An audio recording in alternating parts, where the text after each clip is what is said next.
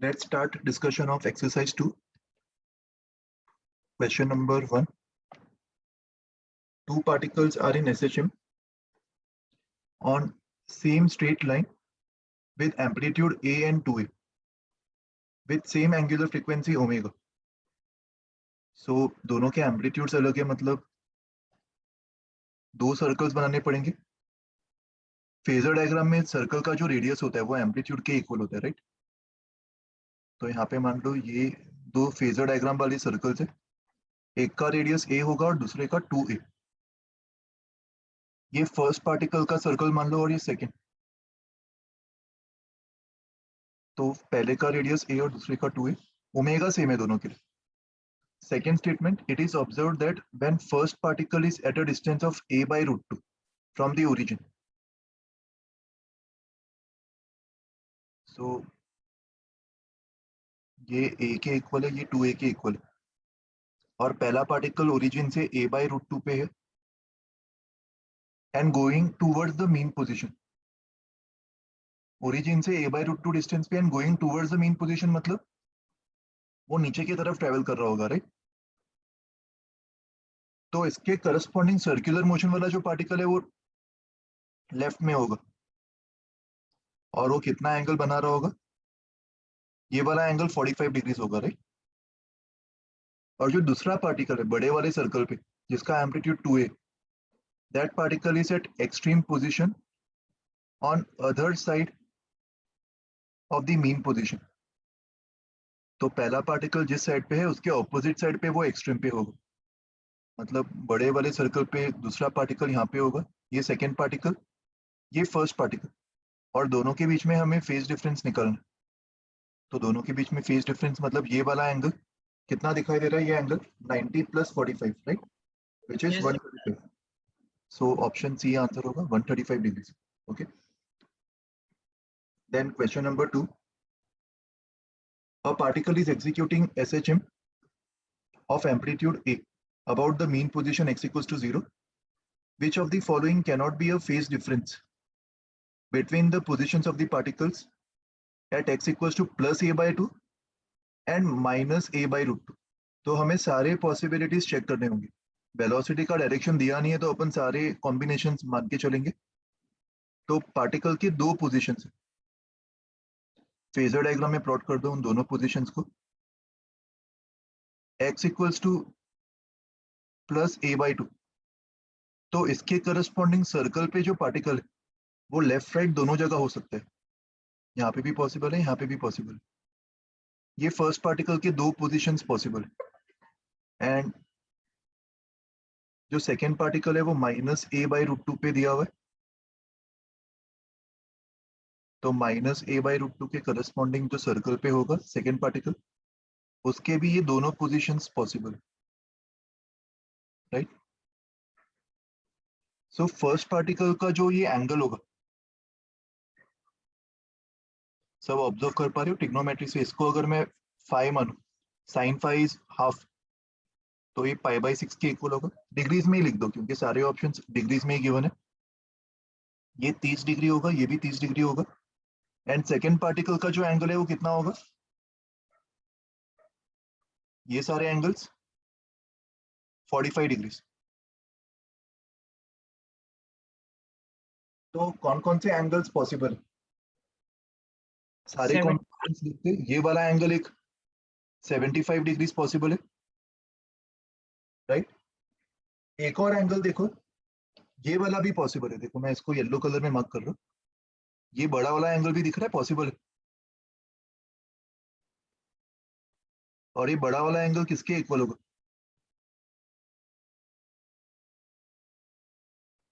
One 165. 30 + 45 75. 75 + 90 165, correct. तो एक 75 degrees possibility आ रही, 165 डिग्रीज भी पॉसिबिलिटी आ रही. बट सवाल में क्या पूछा है? Which cannot be a phase difference, right? तो 75 डिग्रीज तो हो सकता है, 165 भी हो सकता है.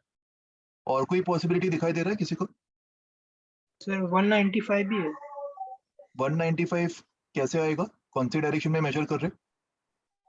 अगर तुम ये वाला देखो, ये वाला angle, let me mark in different colour, इस तरीके से अगर तुम देखोगे ये वाला, ये मेजर करके कितना आ जाएगा? ये 195 आ रहा है।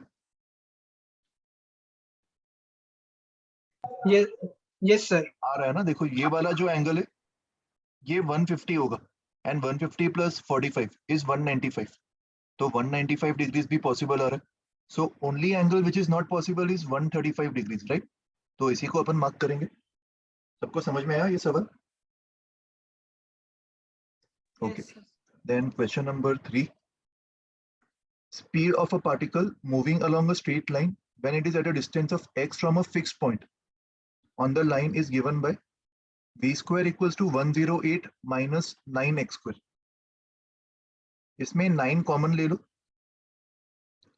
तो अंदर 12 माइनस एक्स स्क्वायर बच जाएगा, और इसको ये इक्वेशन से कंपेयर करो. एसएचएम में वेलोसिटी और एक्स में ये रिलेशन होता है ना, दोनों इक्वेशन सिमिलर दिखाई दे रहे, और इन दोनों इक्वेशन से अपन देख पा रहे ओमेगा की जो वैल्यू है वो 3 होगी और एम्पलीट्यूड √12 होगा. सो कौन से ऑप्शंस मैच हो रहे? ऑप्शन ए में क्या दिया हुआ है? The motion is accelerated along the straight line. The magnitude of the acceleration at a distance of 3 from the fixed point is 0.27. अच्छा, ये सेंटीमीटर्स में दिया हुआ. सो एक्सेलरेशन x के टर्म्स में कैसे डिपेंड करेगा? Omega square x, right? Omega square मतलब 9, और x अगर 3 सेंटीमीटर्स हो गया मतलब 0.03 मीटर्स, तो ये 0.27 मीटर्स पर सेकेंड स्क्वायर. ये वाला ऑप्शन मैच हो रहा है, ऑप्शन बी.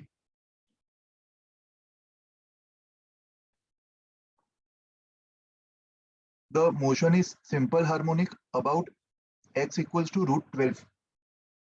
देखो √12 तो एम्पलीट्यूड होगा, मेन पोजीशन तो ओरिजिन पे ही होगा ना, x इक्वल्स टू 0 पे ही मेन पोजीशन आ रहा है, तो ऑप्शन सी इनकरेक्ट है. The maximum displacement from the fix point is 4 centimetres. ये वाला ऑप्शन √12 सेंटीमीटर्स होना चाहिए था, तो ऑप्शन डी भी इनकरेक्ट है. What about option A? The motion is uniformly accelerated. क्या एक्सेलरेशन कांस्टेंट होगा? एसएचएम में एक्सेलरेशन कांस्टेंट होता है कि वेरिएबल होता है? वो x के साथ हर एक पॉइंट पे वेरी करेगा, सो ऑप्शन ए भी इनकरेक्ट होगा. Okay. Question 4. A block is placed on a horizontal plank. The plank is performing SHM along a vertical line with amplitude 40 centimeters. The block just loses contact with the plank when the plank is momentarily at rest. तो ये contact जो है वो सबसे top most point पे loose किया होगा ना. मोमेंटरीली रेस्ट तो एक्सट्रीम पोजीशन पे ही होता, तो अगर ये मीन पोजीशन है और ये एम्पलीट्यूड है, एम्पलीट्यूड पे एक्सेलरेशन ओमेगा स्क्वायर नीचे की तरफ होगा, और इस समय अगर ब्लॉक जस्ट कांटेक्ट लूज कर रहा है, ब्लॉक पे m ओमेगा स्क्वायर ए स्यूडो फोर्स ऊपर लग रहा होगा और mg नीचे, तो कांटेक्ट लूज करवाने के लिए ये दोनों फोर्सेस जस्ट इक्वल होने चाहिए, राइट? m कैंसिल, एम्पलीट्यूड दिया हुआ है, एम्पलीट्यूड इज 40 सेंटीमीटर्स मतलब 0.4 metres equals to g. g की वैल्यू 10 ले लो, तो ओमेगा स्क्वायर 100/4 आ रहा है, that means omega will be equals to 10/2, 5. तो time period 2 pi by omega, 2 pi by 5. Option A match हो रहा है. ऑप्शन बी में क्या दिया हुआ है? The block weighs on the plank double its weight when the plank is at one of the positions of momentary rest. तो इस समय ब्लॉक का जो apparent weight होगा ऊपर वाले पोजीशन पे तो 0 होगा ना, क्योंकि यहाँ पे कांटेक्ट लूज हो गया, बट अगर वो सबसे नीचे वाले एक्सट्रीम पे चला जाएगा, सबसे नीचे वाले एक्सट्रीम पे प्लैंक का एक्सेलरेशन ओमेगा स्क्वायर ए ऊपर की तरफ होगा और ब्लॉक पे mg plus m omega square a लग रहा होगा, तो mg plus m omega square a, omega square मतलब 25 एंड a मतलब 0.4, तो ये भी m इंटू 10 के इक्वल आ रहा है और ये भी m इंटू 10, तो इफेक्टिवली इसका वेट डबल हो गया होगा, ऑप्शन बी भी करेक्ट है। The block weighs 1.5 times its weight on the plank half way down the mean position. तो जब वो मीन पोजीशन के नीचे चला गया होगा हाफ वे, मतलब a/2 पे, तो इस समय ब्लॉक पे नीचे mg लग रहा होगा plus m omega square a/2 लग रहा होगा। m ओमेगा स्क्वायर a/2 मतलब mg/2, तो इफेक्टिवली वेट 1.5 टाइम्स हो जाएगा। ऑप्शन सी भी करेक्ट दिया हुआ है। And option D, the block weighs its true weight on the plank when the velocity of the plank is maximum. Velocity of the plank maximum कौन सी position पे होगा? Mean position. और मीन पोजीशन पे acceleration 0 रहेगा, right? Acceleration 0 मतलब there is no pseudo force and block का जो वेट है वो उसके ट्रू वेट के इक्वली होगा। तो सारे ही ऑप्शंस करेक्ट होंगे इधर। Okay, question 5, displacement time graph of a particle executing SHM is shown. Which of the following statements are true? ये ग्राफ दिया हुआ है, इसका टाइम पीरियड हमें t दिखाई दे रहा है, राइट? और वो स्टार्ट कहां से कर रहा है? एम्पलीट्यूड से स्टार्ट कर रहा है, 0 पे, t/2 पे वो वापस एम्पलीट्यूड पे होगा। दैट मीन्स मीन पोजीशन पे वो t/4 पे होगा, राइट? सो ऑप्शन ए में दिया है velocity is maximum at t/2, but t/2 पे तो वो एम्पलीट्यूड पे, तो वेलोसिटी 0 होना चाहिए, तो ऑप्शन ए इनकरेक्ट है। The acceleration is maximum at t, t पे वो एक्सट्रीम पोजीशन पे, एंड एक्सट्रीम पोजीशन पे एक्सेलरेशन मैक्सिमम होता है, ऑप्शन बी करेक्ट है। Force is 0 at 3t/4, 3t/4 is mean position, so force will be 0. The potential energy equals the oscillation energy at t/2, t/2 पे वो extreme पे, तो kinetic energy तो 0 होगा, तो पूरा का पूरा जो ऑसिलेशन एनर्जी होगा वो पोटेंशियल एनर्जी के फॉर्म में होगा, राइट? क्वेश्चन 6, पार्टिकल का मास दिया हुआ है, it moves along the x axis given by this equation. Potential energy का इक्वेशन दिया हुआ है, तो देखो जब भी तुम्हें पोटेंशियल एनर्जी का इक्वेशन दिया जाएगा तुम फोर्स इजीली निकाल सकते हो। पार्टिकल पे जो फोर्स लग रहा होगा वो माइनस du/dx होगा, सो 5x² minus 20x minus du/dx कितना हो जाएगा? माइनस ऑफ 10x माइनस 20, तो माइनस ऑफ 10 कॉमन ले लो, x माइनस 2, ये उस पर फोर्स लग रहा होगा, और फोर्स को मास इंटू एक्सेलरेशन कर दो, तो acceleration will be this force upon mass, that means minus 100 x minus 2। तो क्या ये हमें एसएचएम का इक्वेशन दिखाई दे रहा है? मीन पोजीशन क्या होगा? एक्सेलरेशन जहां पे 0 होगा, मतलब x equals to 2 is the mean position, और x इक्वल्स टू 2 के about omega square equals to 100 से ये ऑसिलेट कर रहा होगा, दैट मीन्स ओमेगा की वैल्यू 10। तो चेक करते कौन कौन से ऑप्शंस मैच हो रहे हैं। Particle is acted upon by a constant force, acceleration variable है और फोर्स भी वेरिएबल होगा, right? So option A is incorrect. The speed of the particle is maximum at x equals to 2, x equals to 2 mean position है, तो speed maximum होगा उधर, सही है। पार्टिकल एग्जीक्यूट्स एसएचएम, ये भी सही है। ओमेगा 10, सो टाइम पीरियड 2π/ओमेगा, 2π/10 मतलब π/5, so option D is also correct, right? Then question number 7, a particle is executing SHM with amplitude A, time period T, maximum acceleration A0 and maximum velocity V0. It starts from the mean position at t equals to 0, and at time t it has a displacement of a/2, right?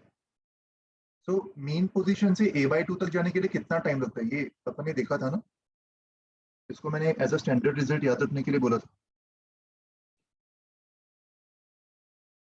ये अगर mean position है, ये amplitude और ये minus amplitude, mean से amplitude तक जाने के लिए t/4 लगता है, और मीन से a/2 जाने के लिए कम टाइम लगेगा, t/12, और a/2 से a जाने के लिए t/6, राइट?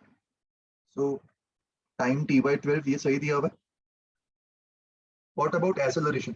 एम्पलीट्यूड हाफ है तो एक्सेलरेशन ओमेगा स्क्वायर a होता है, ओमेगा स्क्वायर ए एक्सट्रीम पे होगा, in general omega square x, तो अगर एक्स ए बाई 2 है तो एक्सेलरेशन भी मैक्सिमम का हाफ ही होगा। ऑप्शन बी भी करेक्ट दिया हुआ है। Option c, velocity is v not by 2, velocity का जो एक्सप्रेशन है that is omega square under root of a square minus x square,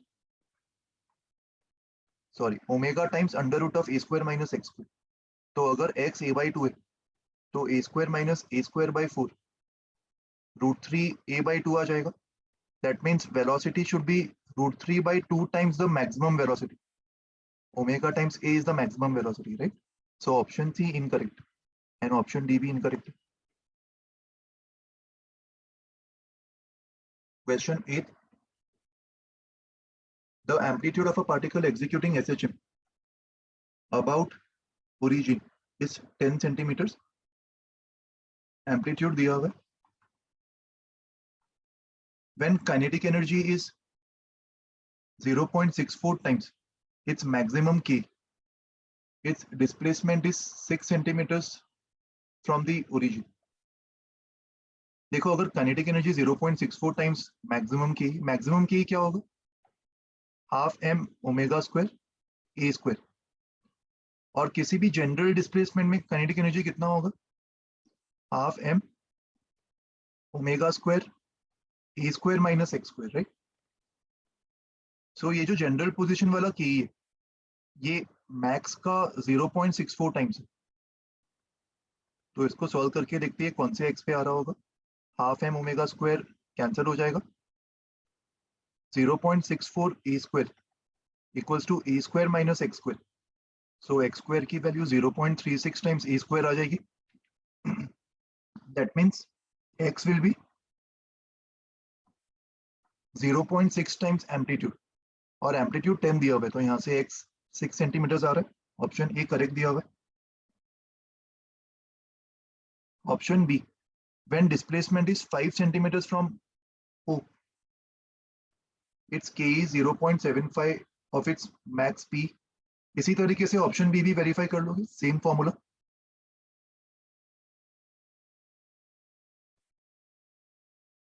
half m omega square 10 square minus 5 square, और maximum p क्या होगा? Maximum p is half m omega square a square only. तो ये compare कर लो कितना times आ रहा है, right? Option C, it's total energy at any point is equals to its maximum k। यहाँ पे मीन पोजीशन पे कुछ दिया नहीं है ना, पोटेंशियल एनर्जी क्या है? टोटल एनर्जी की वैल्यू क्या होगी?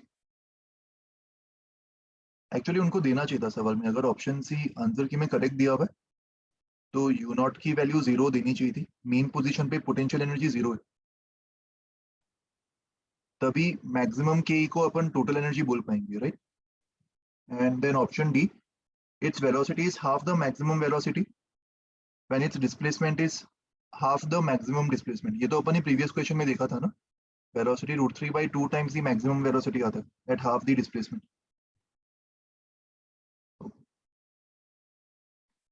क्वेश्चन 9, डिस्प्लेसमेंट का ये इक्वेशन दिया हुआ है। Which of the following is are correct about this motion? तो हमें चेक करना कि मोशन एसएचएम है कि नहीं। सो देखो यहाँ पे कॉस स्क्वायर वाला जो टर्म है उसको अपन कॉस में कन्वर्ट कर सकते हैं। 8 कॉमन ले लो, एक्चुअली 4 कॉमन ले लो और 2 को कॉस स्क्वायर के साथ रहने दो।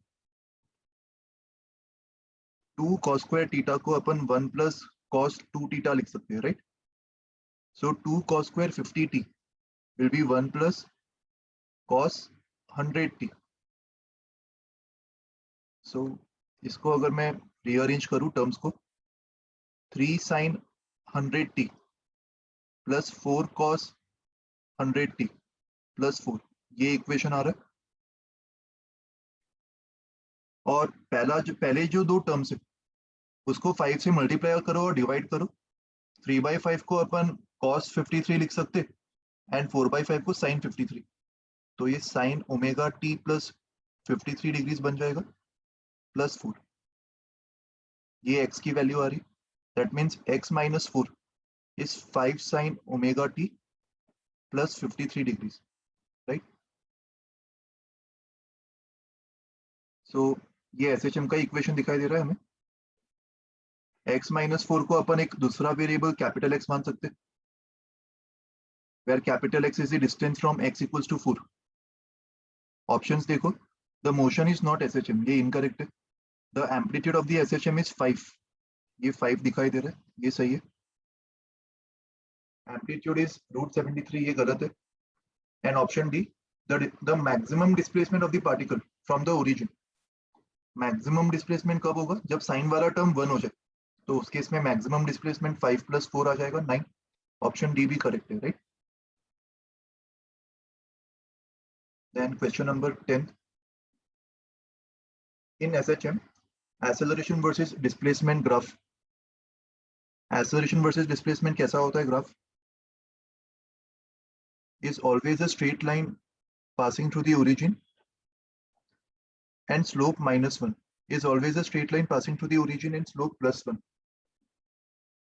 Is a straight line not necessarily passing through the origin. Acceleration और displacement from the mean position, इसमें ये relation होता है. तो straight line तो होगा passing to the origin से, but slope will be minus omega square. So option A गलत है, option B भी गलत है. Is a straight line not necessarily passing to the origin, ये भी गलत है, right? So option D match हो रहा है. Question 11. A particle moves in the xy plane. उसका x coordinate दिया हुआ है as a function of time and y coordinate as a function of time.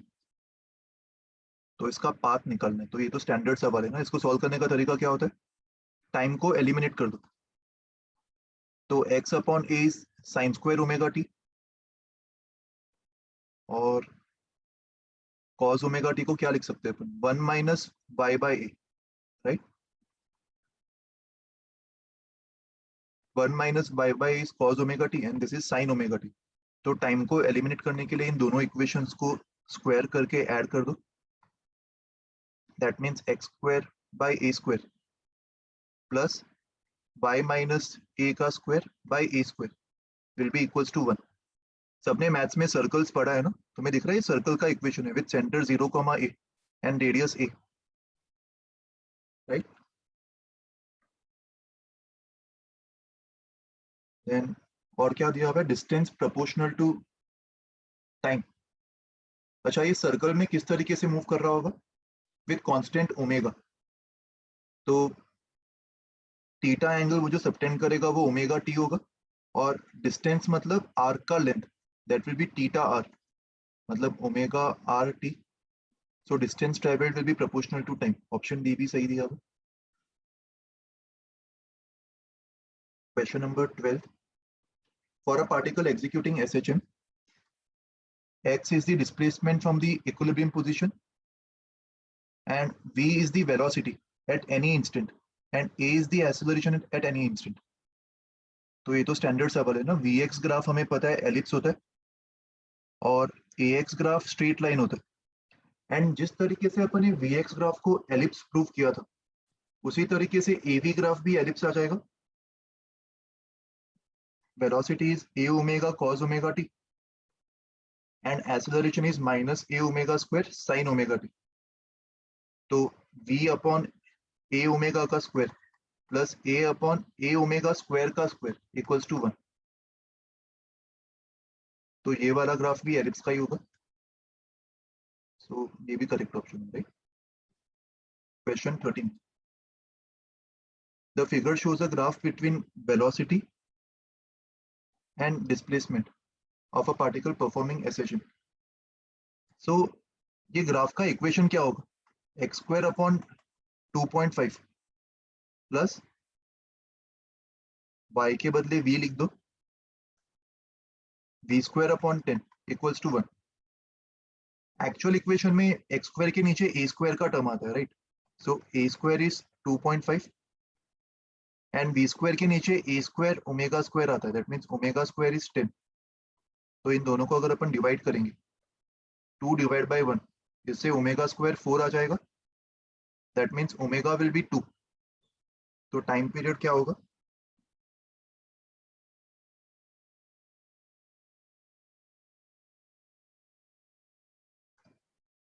यहाँ पे इक्वेशन में भी नीचे भी स्क्वायर आना चाहिए था. That means a square is 2.5 का square and a square omega square is 10 का स्क्वायर. सो इसको डिवाइड करेंगे. अच्छा, a की वैल्यू 2.5 हो जाएगी एम्पलीट्यूड सेंटीमीटर्स, और डिवाइड करने पर ओमेगा स्क्वायर विल बी 4 का square. That means omega will be equals to 4. तो इससे time period 2 pi upon omega 2 pi by 4 which is 1.57. Okay, so option A match हो रहा है. मैक्सिमम एक्सेलरेशन क्या होगा? मैक्सिमम एक्सेलरेशन मतलब omega square times A. Omega square 4 square के equal है 16 एंड एक्सेलरेशन 2. एम्पलीट्यूड 2.5 के इक्वल है. तो ये 40 सेंटीमीटर पर सेकेंड स्क्वायर आ जाएगा acceleration A max. Option B भी करेक्ट है. Option C, the velocity of the particle is 2√21 centimetre per second when its distance is 1 centimeter from the mean position. तो इसके लिए ये वाला इक्वेशन अप्लाई करेंगे. ओमेगा इज 4, 2.5 का स्क्वायर माइनस 1 का स्क्वायर. इससे चेक कर लो, है ना, इससे आ जाएगा आंसर. ऑप्शन सी भी मैच हो जाएगा. Next question 14. Equations y equals to 2 cos square omega t and y equals to a sin omega t plus √3 cos omega t represent the motion of two particles. So जो पहला equation है y equals to 2a cos square omega t, इसको भी अपन half angle formula से convert कर सकते. 2 cos square omega t को अपन 1 plus cos 2 omega t लिख सकते हैं, राइट. तो ये भी एक SHM का इक्वेशन रिप्रेजेंट कर रहा है. About the mean position y equals to a, इसको मैं y minus a equals to a cos 2 omega t लिख सकता हूँ, right. So option A incorrect है. अच्छा, इसका जो एम्पलीट्यूड है, ये फर्स्ट पार्टिकल का इक्वेशन है, इसका एम्पलीट्यूड a होगा और इसका एंगुलर फ्रीक्वेंसी 2 ओमेगा होगा. सो इसका जो मैक्सिमम स्पीड है वो 2 ओमेगा टाइम्स a होगा फर्स्ट पार्टिकल का. एंड सेकेंड पार्टिकल का जो इक्वेशन है y इक्वल्स टू, इसमें अपन 2 से मल्टीप्लाई और डिवाइड कर सकते. तो 1/2 is cos 60 and √3/2 is sin 60. तो sin a cos b plus cos a sin b के फॉर्म में आ जाएगा ये, जिसको अपन sin omega t plus 60 degrees लिख सकते हैं, राइट. तो ये सेकेंड इक्वेशन. सेकेंड इक्वेशन में ये एंगुलर फ्रीक्वेंसी है और ये एम्पलीट्यूड है. तो इसका v मैक्स क्या होगा? अच्छा, यहाँ पे a का भी टर्म आ रहा है. इसका v मैक्स भी 2a ओमेगा आ रहा है. तो दोनों की v मैक्स इक्वल है, राइट. तो रेशियो 1:1 होगा. What about ratio of maximum accelerations? Omega 1 square a1 upon omega 2 square a2. पहले का जो ओमेगा है वो 2 ओमेगा है, तो 4 omega square times a upon second का ओमेगा ओमेगा है और एम्पलीट्यूड 2a है. तो इससे रेशियो 2:1 आ रहा है. So option D is incorrect, right. Question 15. A particle starts from a point P at a distance of a/2 from the mean position and travels towards left as shown in the figure. If the time period is t, amplitude is a, then the equation of motion of the particle. ये तो standard सवाल है ना, अपन ने ऐसे type के सवाल बहुत बार सॉल्व किए. सो किस तरफ मूव कर रहा है वो? Towards the mean position. इसका फेजर डायग्राम अगर बनाएंगे तो इनिशियल फेज एंगल क्या आएगा? a/2 से स्टार्ट कर रहा है, तो सर्कुलर मोशन पे वो पार्टिकल यहाँ पे होगा. तो इनिशियल फेज एंगल कितना आएगा? ये वाला एंगल 30 डिग्रीज है, π/6. That means initial phase angle is 5 π/6 और ओमेगा 2 π/t होगा. सो x को अपन a sin ओमेगा टी मतलब 2 pi by T plus initial phase angle plus 5 pi by 6, ये लिख सकते, राइट? ओके, ये वाले एक्सप्रेशन से ऑप्शन बी मैच हो रहा है, राइट? ऑप्शन सी में देखो इसको कॉस में कन्वर्ट करके भी दिया हुआ है, तो अगर कॉस में कन्वर्ट करते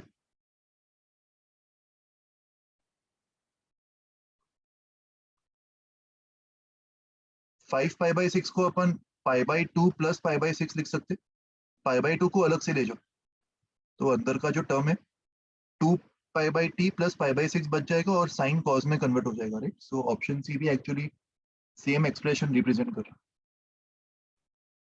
then question number 16, a mass of 0.2 kg is attached to the lower end of a massless spring of force constant 200 newtons per meter. Upper end is fixed to the support. Which of the following is true? तो equilibrium पे mg और kx balance होंगे, ये mean position, और mean position को मान लेते हैं वो नेचुरल लेंथ से xm नीचे, तो xm की वैल्यू mg अपॉन k आ जाएगी, राइट? इससे ऑप्शन ए वेरीफाई कर लो। ऑप्शन बी में क्या दिया हुआ है?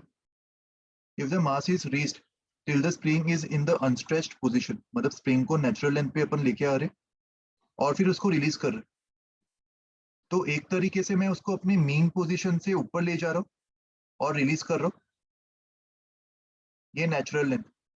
तो जहां से भी मैं इसको रिलीज करूंगा वो उसका एक एक्सट्रीम बन जाएगा, right? This will be the amplitude.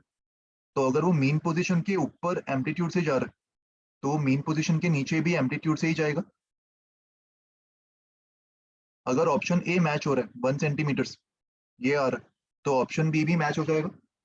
अगर मैं उसको मीन पोजीशन से ऊपर 1 सेंटीमीटर ले जा रहा हूँ तो मीन पोजीशन से नीचे भी 1 सेंटीमीटर तक जाएगा, मतलब ओवरऑल वो नीचे 2 सेंटीमीटर से जा रहा होगा, ये अपन डायरेक्टली बोल सकते। Frequency of oscillation, time period निकाल लो 2 pi under root m by k and frequency will be 1 upon time period, तो इससे फ्रीक्वेंसी वेरीफाई कर लो। And option d, if the system is taken to the moon the frequency of oscillation will be the same as that on the earth। देखो spring mass system का जो time period ये जी पे depend नहीं कर रहा, राइट? तो किसी भी प्लेनेट पे इसका टाइम पीरियड सेम ही रहेगा, सो ऑप्शन डी भी करेक्ट दिया होगा। Okay, question 17, the angular frequency of a spring block system is omega naught. This system is suspended from the ceiling of an elevator moving downwards with a constant speed v naught. The velocity, the block is at rest with respect to the elevator and the lift is suddenly stopped. So देखो situation क्या दिया हुआ है इसमें, एक lift नीचे की तरफ मूव कर रहा है,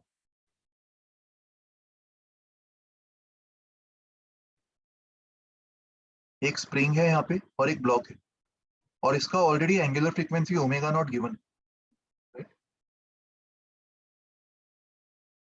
मास m मान लो, स्प्रिंग कांस्टेंट k मान लो, लिफ्ट नीचे की तरफ v वेलोसिटी से मूव कर रहा था, मतलब ये जो ब्लॉक है ये भी नीचे की तरफ v वेलोसिटी से मूव कर रहा होगा, v नॉट वेलोसिटी से। और इनिशियली अगर लिफ्ट कांस्टेंट वेलोसिटी से मूव कर रहा है दैट मींस वो इनर्शियल फ्रेम ऑफ रेफरेंस होगा, राइट? तो इनिशियली जब ब्लॉक इक्विलिब्रियम पे है तो वो ऑलरेडी एक्सटेंडेड पोजीशन पे होगा, ये नेचुरल लेंथ, और mg बाई k वो ऑलरेडी एक्सटेंडेड होगा एट मीन पोजीशन। जब लिफ्ट को अपन ने सडनली रोका, क्या ब्लॉक भी रुकेगा सडनली या वो उसी स्पीड से मूव कर रहा होगा v नॉट? जिस समय हमने लिफ्ट को रोका होगा ब्लॉक का वेलोसिटी तो उतना ही रहेगा ना, v नॉट। तो एक तरीके से लिफ्ट को सडनली रोकने का इंटरप्रिटेशन क्या है, अपन एक तरीके से ब्लॉक को v नॉट वेलोसिटी दे दिया लिफ्ट के रिस्पेक्ट में नीचे की तरफ, और ये v नॉट वेलोसिटी जो है वो उसके मीन पोजीशन का वेलोसिटी होगा, राइट? सो v नॉट को अपन ओमेगा नॉट टाइम्स a लिख सकते, दैट मींस SHM का जो एम्पलीट्यूड है वो v not upon omega naught होगा। इनिशियल फेज एंगल अगर मैं डाउनवर्ड्स को पॉजिटिव मान रहा हूं और अपवर्ड्स को नेगेटिव, दैट मींस ब्लॉक जो SHM परफॉर्म कर रहा है वो कहां से स्टार्ट कर रहा है, वो स्टार्ट तो मीन पोजीशन से ही कर रहा है, बट नीचे की तरफ मूव कर रहा है। नीचे की तरफ मतलब positive direction, starting from the mean position moving in the positive direction, मतलब इनिशियल फेज 0 होना चाहिए। So option B is incorrect. Equation of motion क्या होगा? x equals to a sin omega t।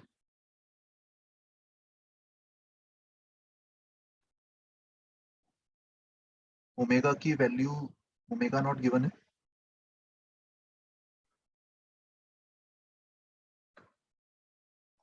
यहाँ पे हमें रॉन्ग स्टेटमेंट को choose करना है।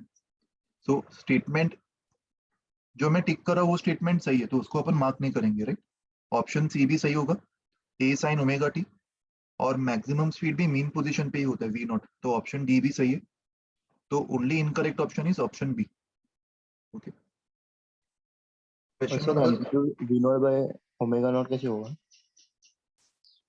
ये वाले इक्वेशन से इसका ब्लॉक का जो मैक्सिमम वेलोसिटी है, ब्लॉक का जो वी नॉट वेलोसिटी है वो उसकी मीन पोजीशन पे ही है ना, वी नॉट, और मीन पोजीशन पे वेलोसिटी मैक्सिमम होती है, और मैक्सिमम वेलोसिटी का जो फॉर्मूला है वो ओमेगा ए होता है ना, तो यस इससे सर। एम्पलीट्यूड वी नॉट अपन ओमेगा नॉट आ जाएगा। ओके,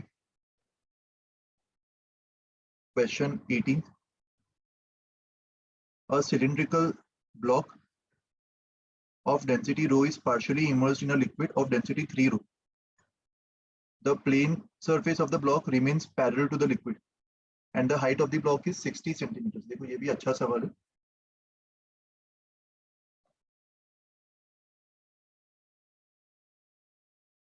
ये लिक्विड मान लो, लिक्विड का डेंसिटी 3 रो दिया हुआ है और ब्लॉक का डेंसिटी रो दिया हुआ है।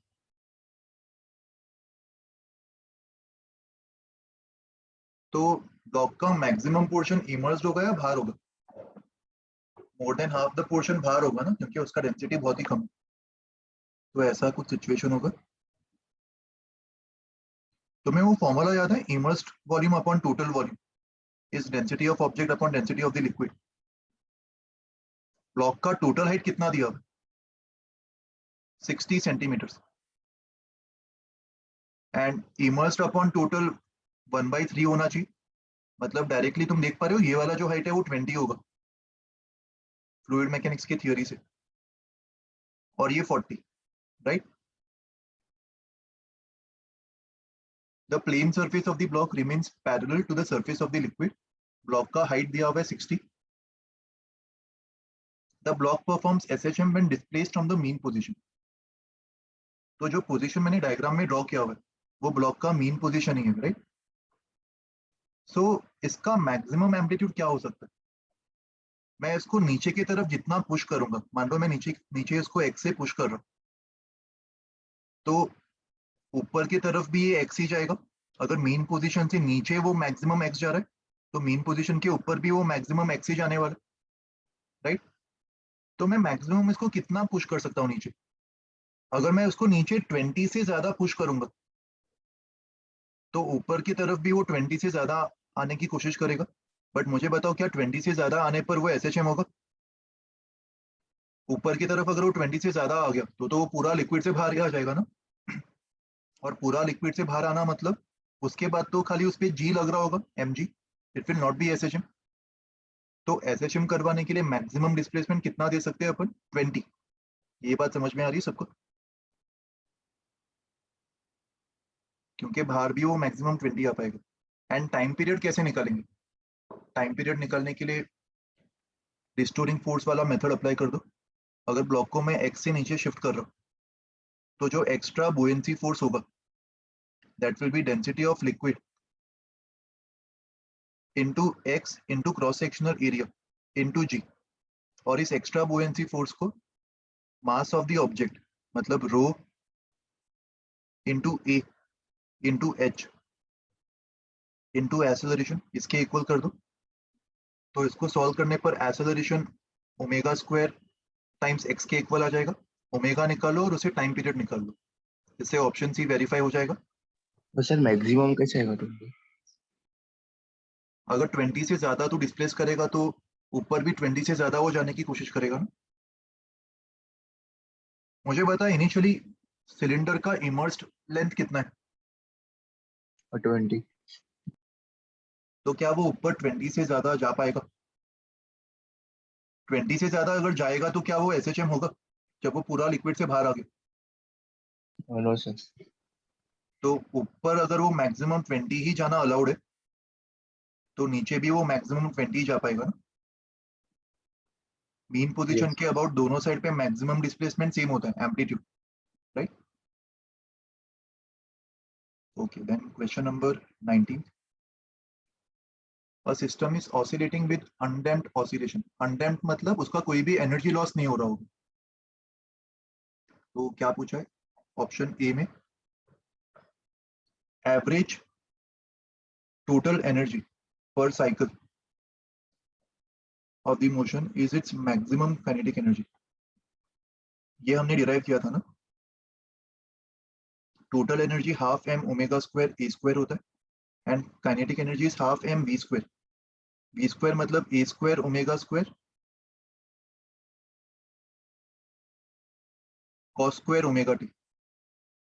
ये काइनेटिक एनर्जी होती है और काइनेटिक एनर्जी की मैक्सिमम वैल्यू तो यही होगी, half m omega square a square.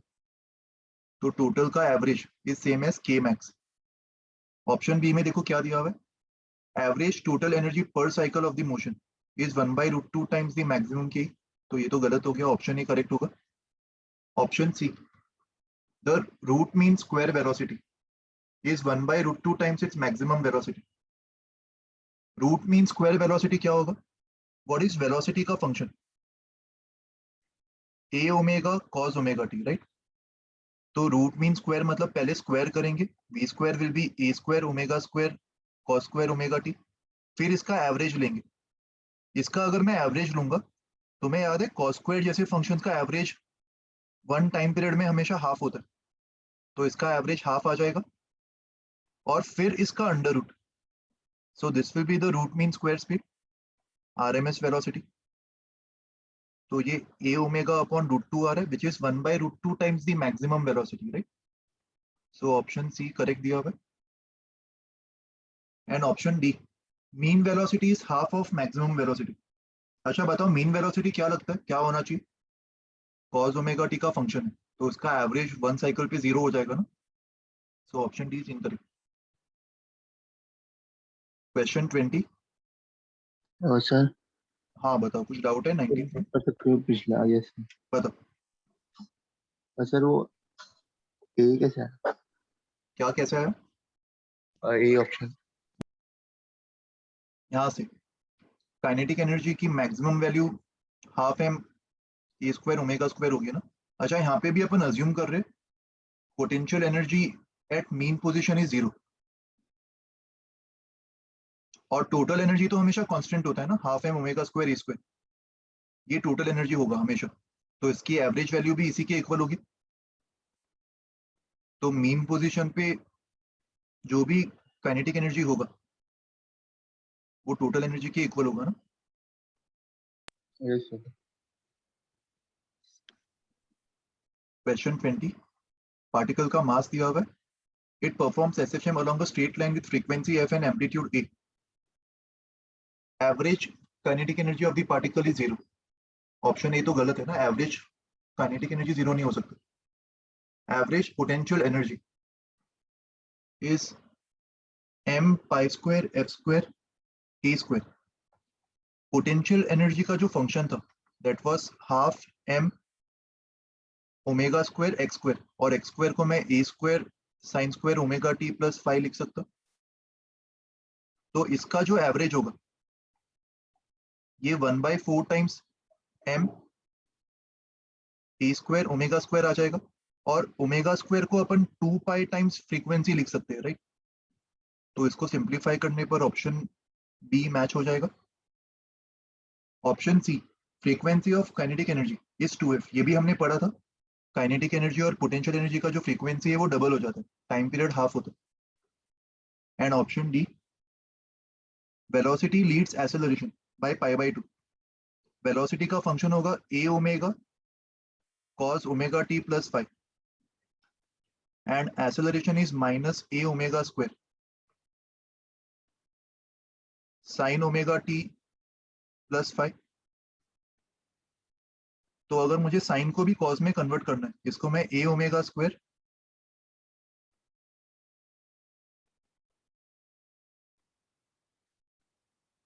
Sign omega T plus 5 को एक्चुअली जाने दो, खाली ओमेगा टी के फॉर्म में एक्सप्रेस कर दो। इनिशियल फेज एंगल को 0 मान लेते, तो ये sign omega T plus pi होगा, और इसको मैं sign omega T plus pi by 2 लिख सकता हूँ, राइट। तो अगर तुम वेलोसिटी और एक्सेलरेशन की इक्वेशंस को कंपेयर करते हो, कौन सा इक्वेशन आगे चल रहा है, एक्सेलरेशन या वेलोसिटी? एक्सेलरेशन आगे चल रहा है, राइट। सो एक्चुअल में acceleration should lead the velocity by pi by 2। Phase difference pi by 2 होगा, मगर एक्सेलरेशन आगे लीड कर रहा होगा, right. So option D is incorrect. Okay, so this completes our discussion for exercise 2। Okay, exercise 3 अपन अगले video में discuss करेंगे।